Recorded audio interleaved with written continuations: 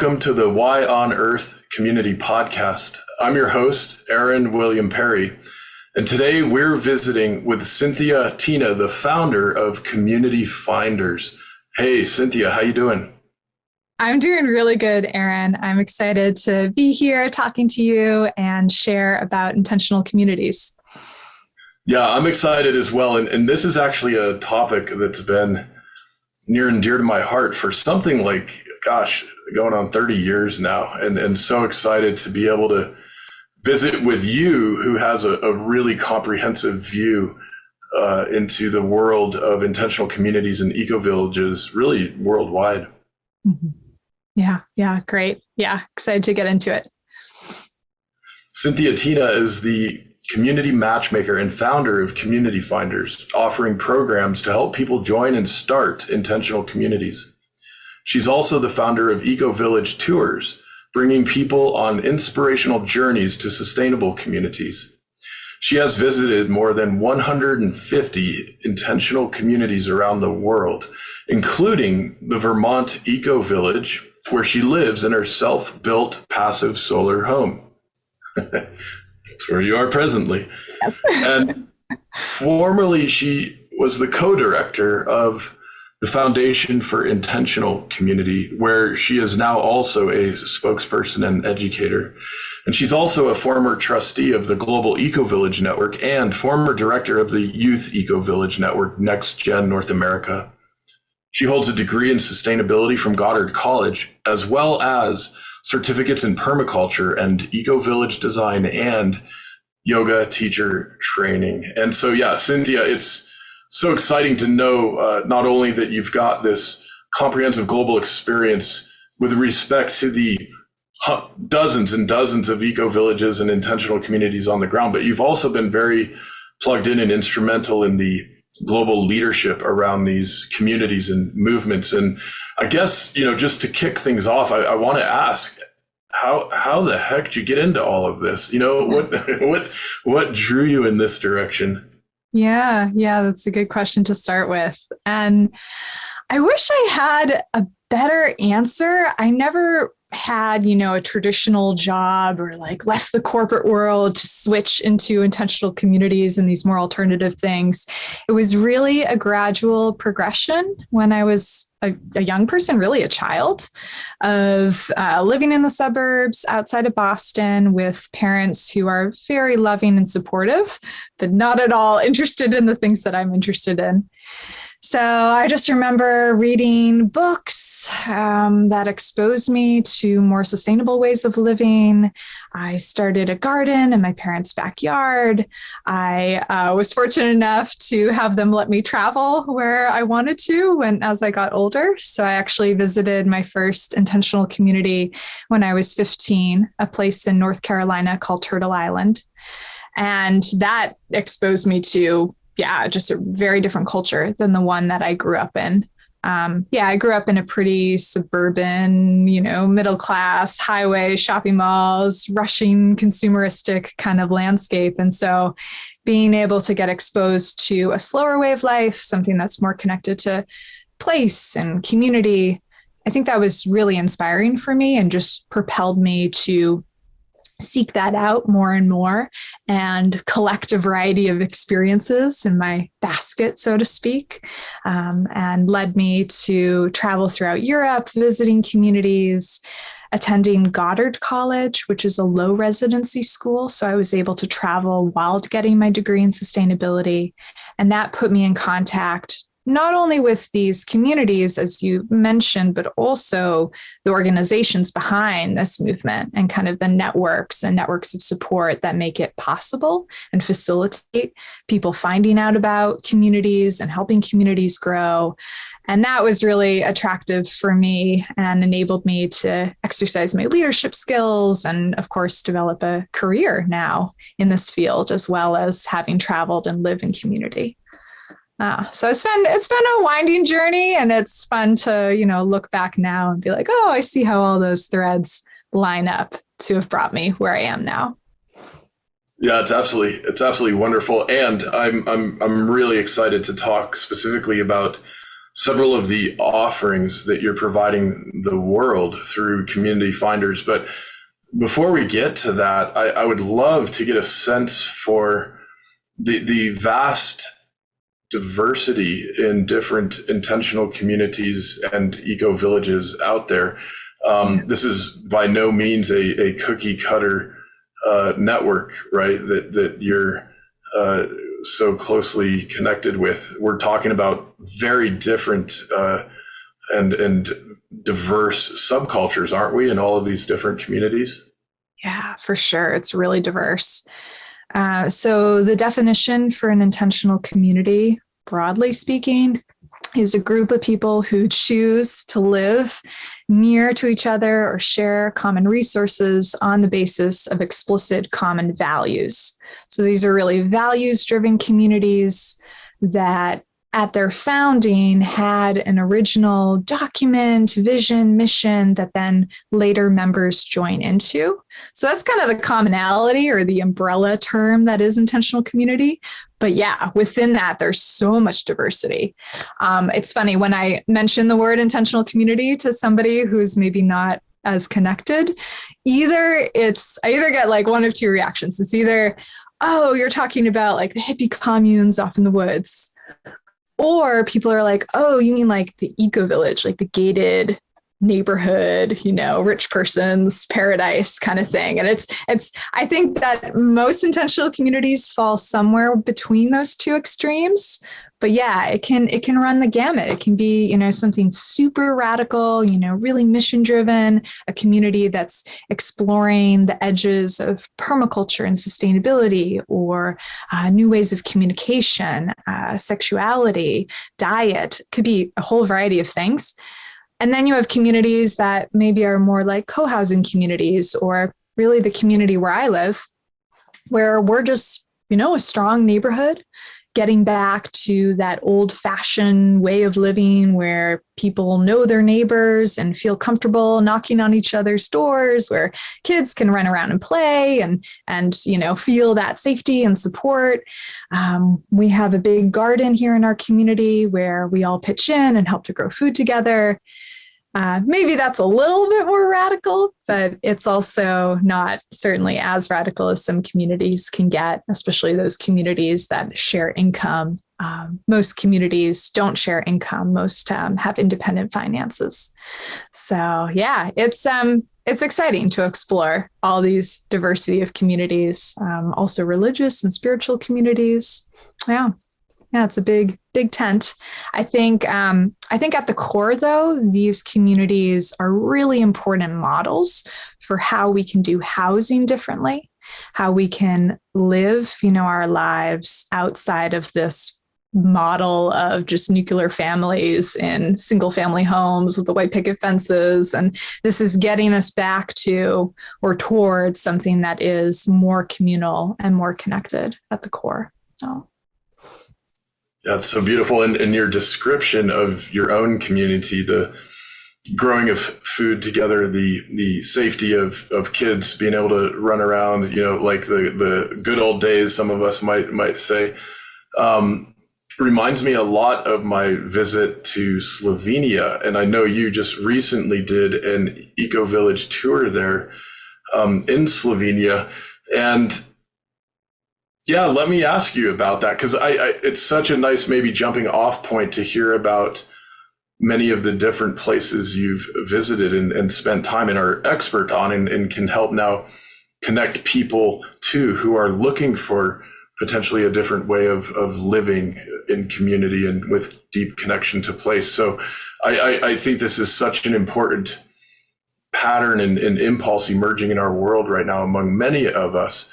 And so as a jumping off point, maybe you could tell us a bit about your recent travels and time in Slovenia. Yeah. I love that you've been to Slovenia as well, because it's kind of an obscure country. I think it's getting more on the map. But for those of you who are listening who don't know, Slovenia is a small country that borders Austria and Italy and Croatia and Hungary. And so it's this little green gem on the sunny side of the Alps, as they say, and has a coastal Mediterranean region, but also an alpine region. So a lot of diversity in a small country that's about the landmass of Vermont, which is the state that I live in currently. And I fell in love with Slovenia through falling in love with a man who lives there, and, have spent a long chunk of time, multiple trips, probably several years at this point, in and out of the country. And what to say? Yeah, I think there's an expression in Slovenia that a lot of the country feels like it is an eco-village because for some reason, given the history of the country and how things developed, people are living still, many people in these smaller villages that are more connected to their roots and their cultural traditions. A lot of people have gardens in their backyard and make medicines and wonderful alcoholic drinks and food from the local sources. And there are also in Slovenia a few eco-village projects that are more like specifically eco-village projects. One in particular where I've spent a lot of time is called Sunny Hills, which is perched on a hilltop. It is a community that is restoring a 200-year-old dry stone stack building.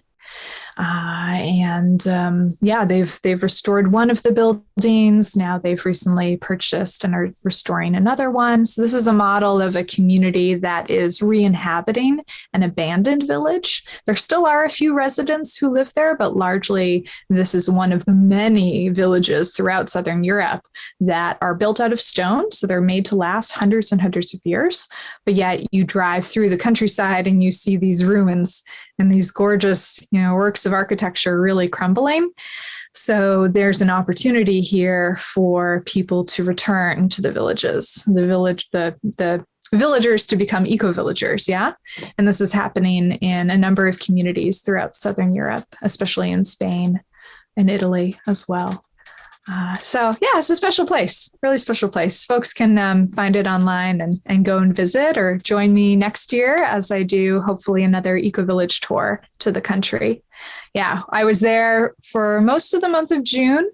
We brought along 10 people from America and Europe for a tour of the different communities throughout Slovenia, as well as just experiencing the culture and the food and the people. Oh, it was special. Fabulous. Okay, so you're gonna probably have another tour to Slovenia next year, it sounds like. Yeah. So Eco-Village Tours, as you mentioned at the beginning, this is one of my businesses, and we bring people on trips to different parts of the world to experience the communities there. So Slovenia is one of them. I'm also planning a trip to Costa Rica in January and a few other trips to the States in different parts of 2024.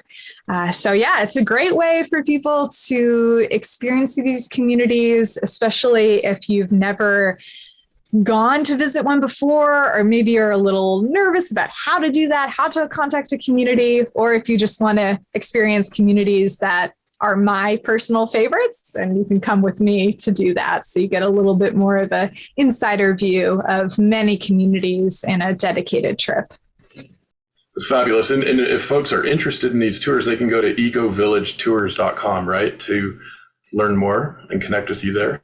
Yeah, exactly. Yeah, I have all of the 2024 tours listed, and you can sign up to get more information about them.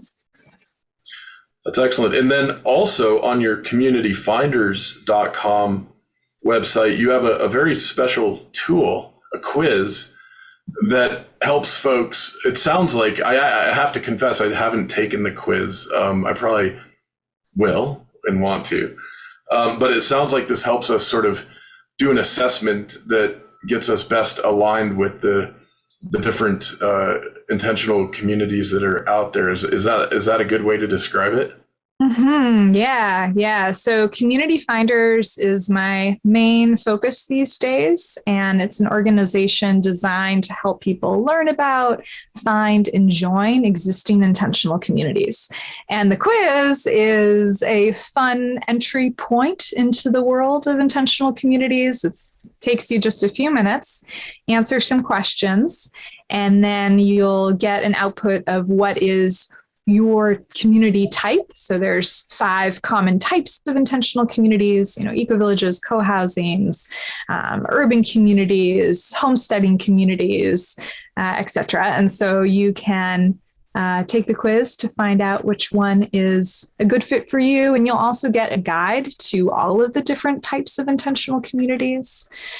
Just one of the many resources I'm developing around helping people learn about community living, because as there are many communities in the world, there's probably close to 2,000 just in the United States, and many more around the world, depending on how you define intentional communities. And so it's easy to learn about, a specific community in a specific spot, but then where is the information that's comprehensive in terms of categorizing the types and helping people know generally what the process looks like to visit or join or go through membership.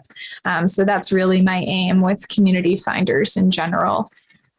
Yeah, it's so cool. Yeah, I'm going to encourage folks to go to communityfinders.com /quiz to check that quiz out. And I guess I would like to ask about the membership process, because I've been involved in a few different communities over the years, right? And so have a little idea just from my own experience. But I imagine out there in the entire array of communities that people can connect with, I imagine there's quite a bit of diversity in the membership process itself as well. Is that a fair assessment? Yeah, that is a fair assessment. However, the important thing is that a community does have a membership process. And that's an important thing if somebody who's listening is developing an intentional community or thinking about doing so, or if somebody is looking at joining a community. You want to make sure that you have explicit, written down, step-by-step how one goes through a few different phases towards becoming a member. And a good analogy to think about this is the idea of beginning a relationship or finding a person to marry. There's a lot of parallels between the process of marriage and the process of joining the community.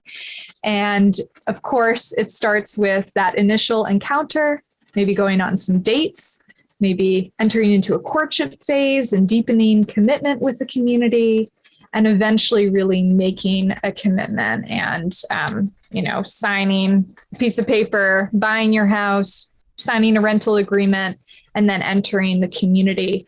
And as well as entering the community should also have a really clear process for how one leaves as well, how you sell your home, how you get out. All of that should be really, really explicit and clear through a transparent agreement. And membership processes in communities can take anywhere from a few weeks to a few months. Some communities even have a multi-year process before one is a full community member with all of the decision-making rights and ownership status. To give you an example, though, our community here, let me know if the rain is bothering you. I don't know if you can hear that. I haven't noticed it. I've only noticed that you're noticing something there. I didn't know if it was like a cat walking around or what, but that's wonderful if you're getting some rain right now. We are. We're having an afternoon storm roll in, so there's a lot of rain and some thunder and lightning. But if you can't hear it, no worries. I'll ignore it. Cool. So in our community here in Vermont, we are full at this time. We don't have any housing available, but when we did have lots still to sell, it would start with somebody coming to visit and getting a tour. That was step one. Step two was participating in a work day and meeting as many members of the community as possible. Step three was submitting a formal application, including a financial disclosure and answering some questions about, why that person or that family really wants to join the community, what skills they have to offer.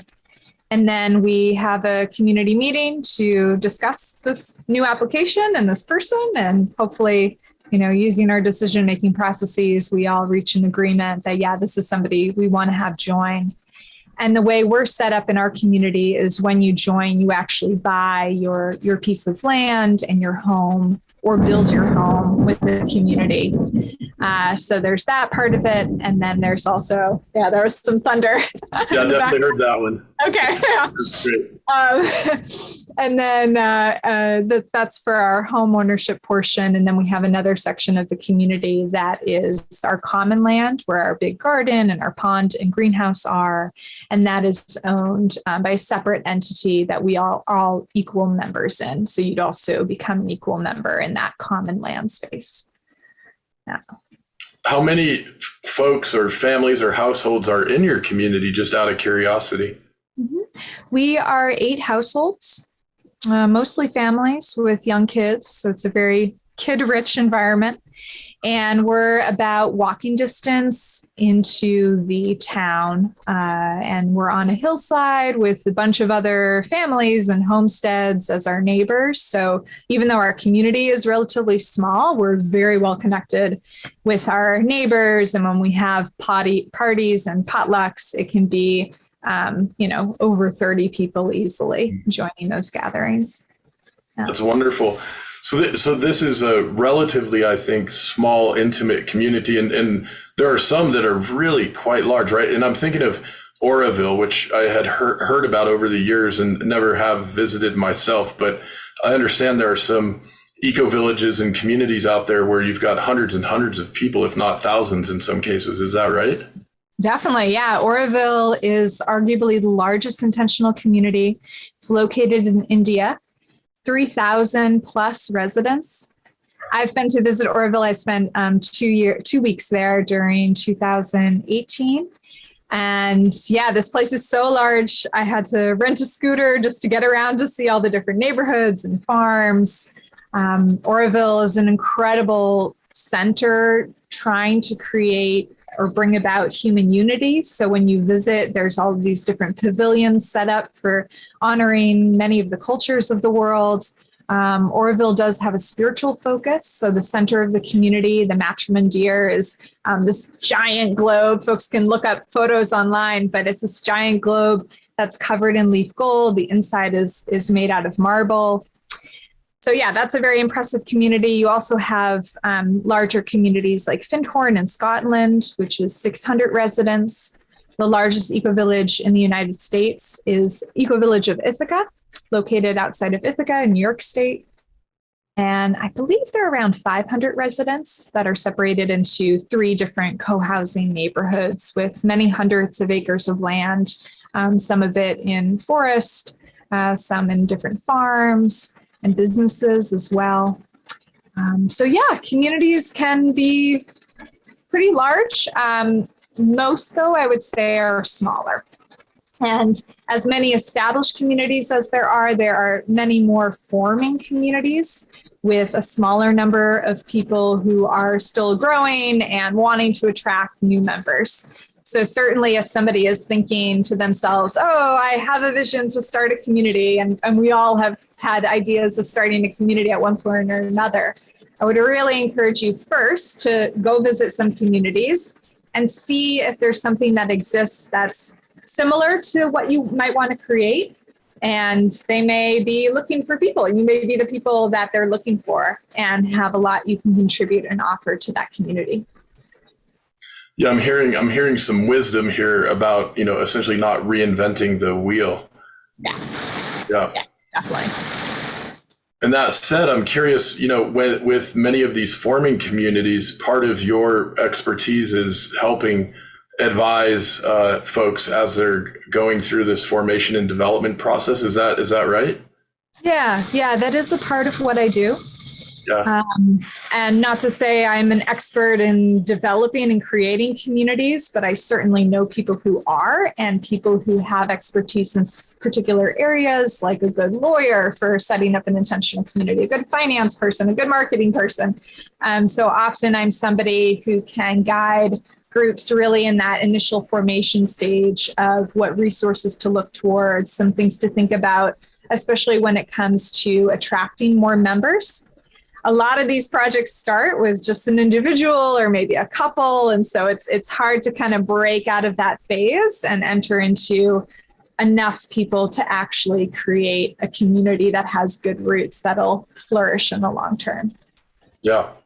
And I'm really curious. Obviously, somebody like you is connected to a lot of these communities and probably doing a lot of cross-pollinating. Do you find in general among community members that there's a high degree of connectivity and cross-pollination between different communities? That's a good question. I think it really depends on the community, the nature of the community, its mission, and also the residents in the community. I have noticed that often there is at least one or two people living in a community who are really passionate about making those connections and kind of being that pollinator person or that bridge builder person. But it's certainly not true of all people in community. And so I think this is an area that we can continue to strengthen our inter-community networks. For example, I think in my community, there's me and then maybe one or two other neighbors who are like, yeah, okay. For example, our community network here in Vermont recently had a gathering in the spring. We're going to do another one in the fall. It's the first time that the Vermont intentional communities have ever gotten together to do something, to be a network. So I went with one of my neighbors.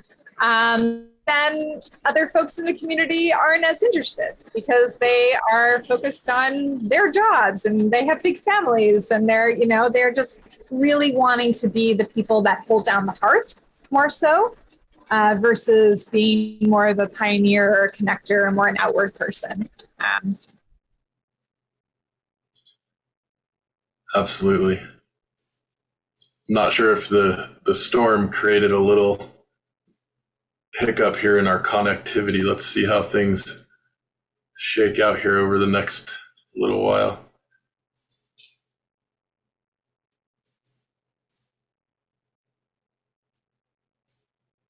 Did we lose you? Hello, hello.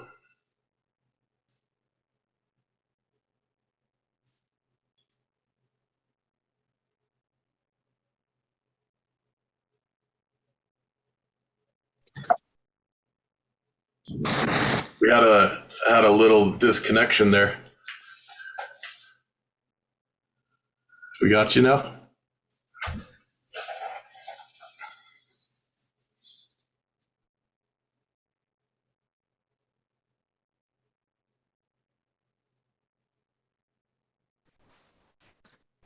Hi.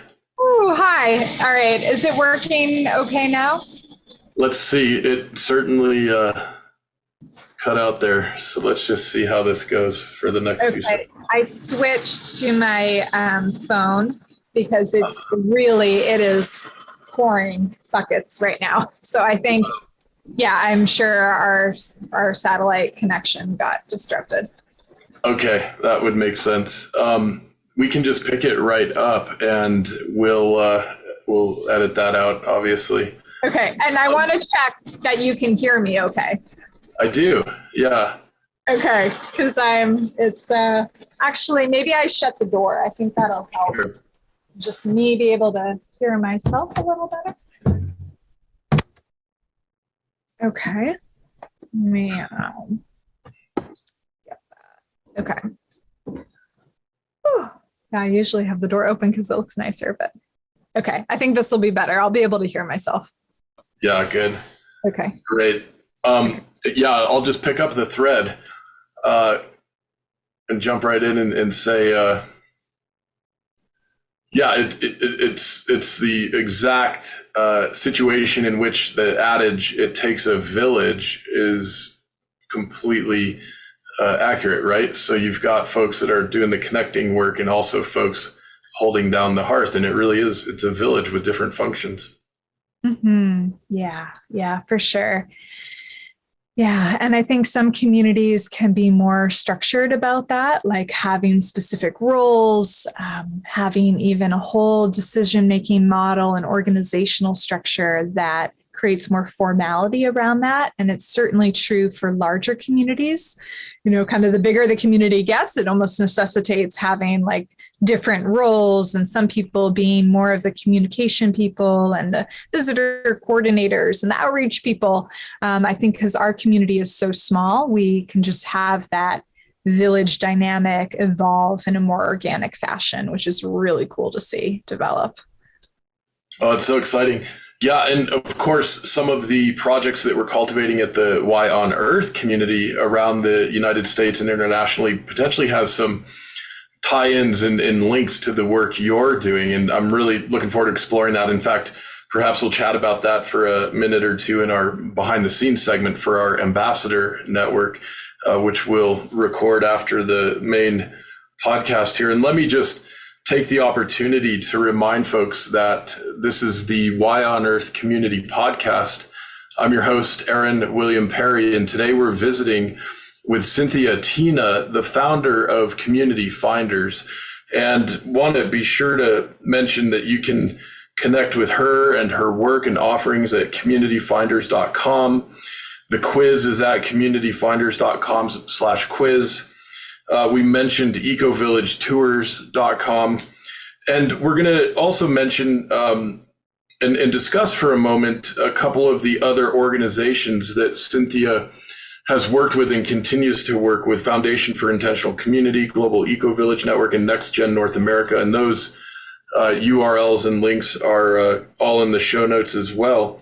And want to be sure to give a special thank you and shout out to our sponsors and partners who make our podcast series possible. This includes Chelsea Green Publishing, who of course are also headquartered in Vermont. And Chelsea Green is offering a special 35% discount on all of their books and audiobooks. You can access that going to yonearth.org, go to our partners and supporters page, and you'll see the link and the information on Chelsea Green and several of our other partners and sponsors, which also includes Purium Organic Superfoods. They're offering $50 off of your first order, or 25% off, whichever is greater.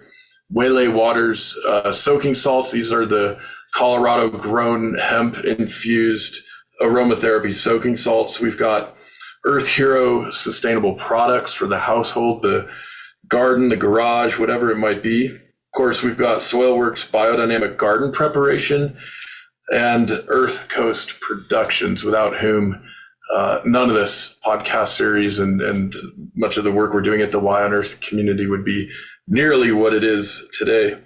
And finally, a very special thank you to our ambassadors, our growing global network of ambassadors who are doing amazing work, community leadership work, organizational leadership work, change-making work in communities throughout the world. And if you haven't yet become a fully activated ambassador and you'd like to, you can just go to our Become an Ambassador page. Many of our ambassadors give on a monthly basis to support our work. And if you'd like to give, you can simply go to the donate or support button and set up whatever monthly amount works well for you. If you want to do a $33 or more gift per month, we'll send you a jar of the Waylay Water soaking salts as a thank you and a gesture in the shared practice of self-care. So a huge thanks to everybody making this all possible. And of course, Cynthia, there's so much, it seems to me, there's so much opportunity in this emerging era of meta-industrial culture worldwide for even more connectivity among intentional communities, eco-villages, and many other neighborhoods and villages and companies and organizations and NGOs doing all of this different stewardship, sustainability, regenerative health, wellness work around the world. And I'm so curious to hear a little more about what's going on with Foundation for Intentional Community, Global Eco-Village Network, and Next Gen North America. And you know, is there a growing global network basically that people can increasingly plug into and participate in? Yeah, I think there is. It's not yet a unified global network, but it's certainly a network and one that has many different nodes within it. And so those organizations you mentioned, as well as others, the Co-Housing Association of the US and Canada and the UK, many other organizations that are coming at specific niches of the community's movement broadly. So IC.org, which is the Foundation for Intentional Community website, they have a directory of communities, as does ecovillage.org, which is the Global Ecovillage Network's website. All of these different community directories. I actually have a blog article on my website listing 21 intentional community directories. So, and there's probably more than that. So yeah, I think it's been an effort for a while to see how these different directories might become compatible with each other. Yeah, you heard the thunder again. Woo, compatible with each other.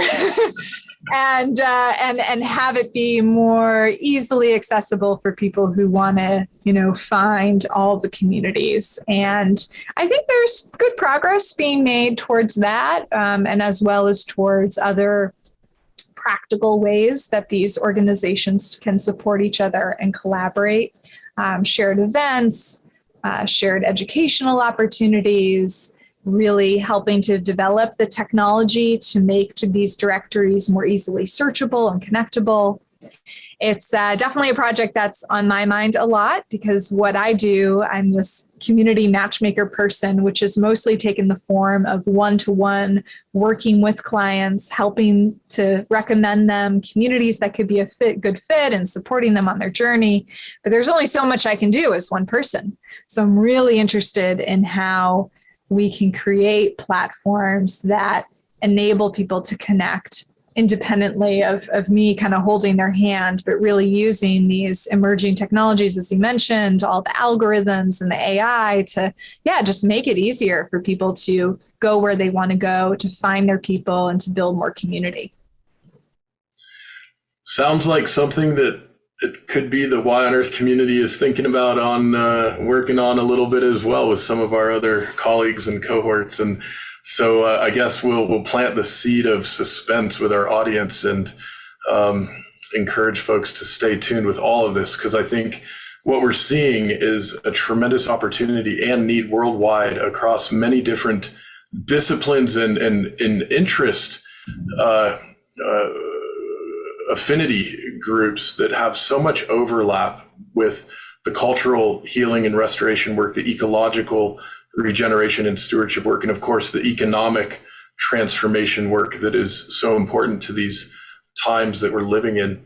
And I'm curious, one of the threads running through many of these intentional communities and eco-villages, as you mentioned earlier, Cynthia, can include a different way of sharing resources than we're perhaps accustomed to seeing in the mainstream.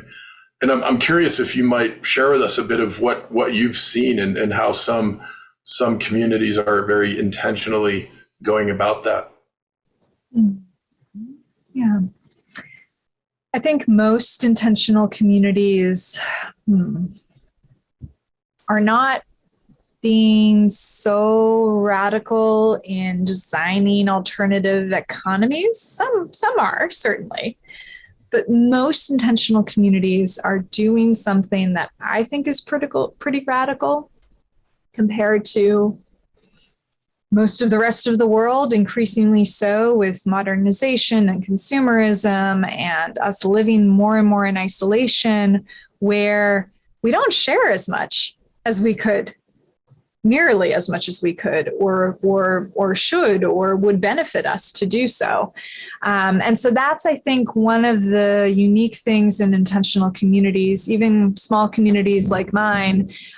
We don't have this whole grand scheme of like, oh, we're going to rearrange our economy, but we more so are just comfortable like sharing and asking when we need things and offering things. If I'm thinking of making a purchase for an appliance or a big piece of equipment or a tool, like, maybe a lawnmower or some fancy thing for my kitchen, I first always ask, like, does anyone have one already that I could use or borrow? And often the answer is yes.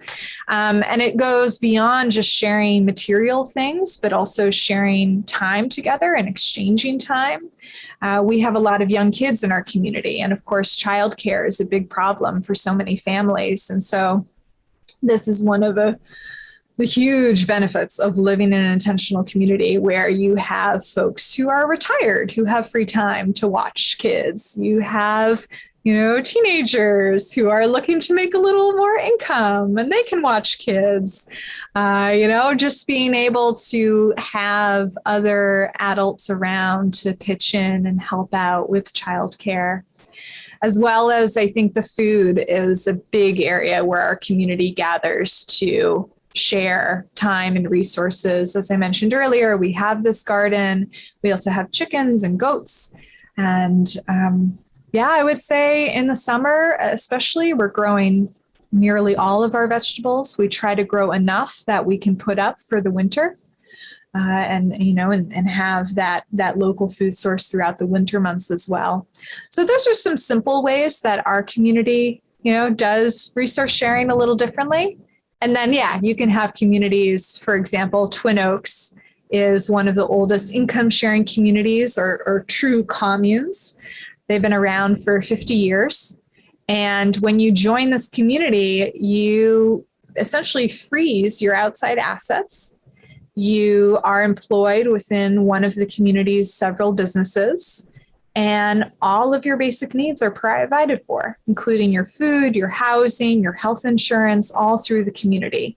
And all of the community's business income is collectively managed as a group.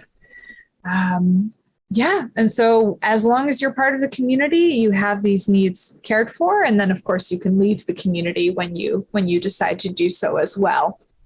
And there are probably a handful of income sharing communities, maybe a dozen or so in the United States. There's also a collection in Germany, and they have proven that this model works. It's a really different. It's really collectively managing resources as a small localized community, and it's working for them. It's not what I would choose necessarily for my own lifestyle, but there's a whole bunch of people who are really passionate about creating these more equitable, just systems of governance and resource sharing as a community.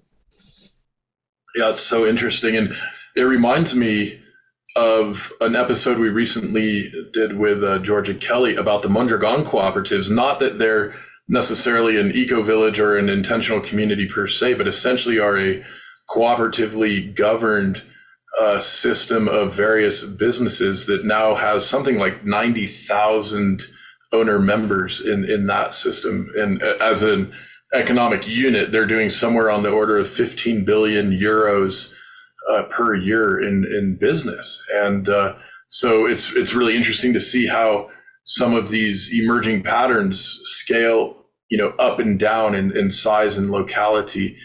And seems to me that you're onto something here, right? And that the world is onto something here with a different approach where we're not as isolated. We're not all sort of, running in our hamster cages just to get all of the various tools that we need to maintain the lifestyle that we've selected and so on. And that there's this opening spaciousness that allows for more connectivity and meaning and quality of life. And I imagine that not only do we see some profound environmental benefits from all of this, but also health and wellness benefits, right? And I'm curious, how much research have you been able to track down looking at the health and wellness benefits coming from this kind of lifestyle choice? Mm-hmm. Yeah, that's a great point. Before I touch on that, I'll just mention, since you mentioned Mondragon, which is a business cooperative, there's also a whole model around housing cooperatives, which is a form of intentional community where you can be a member owner of your housing. So it's neat to see those patterns translate across different sectors. So health and wellness, I think I have an article on my blog where I share some of the research that's been done into the health benefits of community living. Honestly, I wish there was a lot more research. This is a call to researcher. Please do some studies on intentional communities for the health benefits and a whole variety of interesting topics that could be gleaned by studying them more. As everyone knows, we have this loneliness crisis. Even before COVID, there was an epidemic of loneliness in the United States in particular. I think there was a study done at the end of 2020, so really in the thick of the pandemic, which showed that 60% of Americans, so more than half of American adults, feeling lonely on a regular basis. This is a really, really huge problem. I don't think these numbers have necessarily decreased a whole lot since the pandemic. And, it makes sense to a certain degree because as humans, we evolved as a species in these close-knit social circles. And most of us have lost that. Maybe we turn to our devices and social media to rekindle that kind of connection, but it's not the same thing nearly as really having intimate connection with the people who live near and around you and seeing them on a daily basis and waving hi and going over to knock on your neighbor's door when you've had a hard day and need somebody to talk to. There's these bonds of relation and intimacy and belonging that are lost. And that has a big impact on our mental health and our physical health. So I'm not saying that intentional communities are the only way or the way for everyone. It's not a fit for everyone, but certainly worth exploring for those who are looking to bake in more of that connection into their lives. And not only the more extroverted people, I think this is especially important for introverted people. There's a lot of folks who say that those who live in an intentional community are actually mostly introverts, because the extroverts maybe have an easier time forming those relationships just in modern life. Whereas, someone who doesn't really needs to have a situation in their housing where they can open their door, and get that connection. They can close their door when they need more of that privacy time. So most communities create that balance, that privacy spectrum where it's not like you're in each other's business all the time.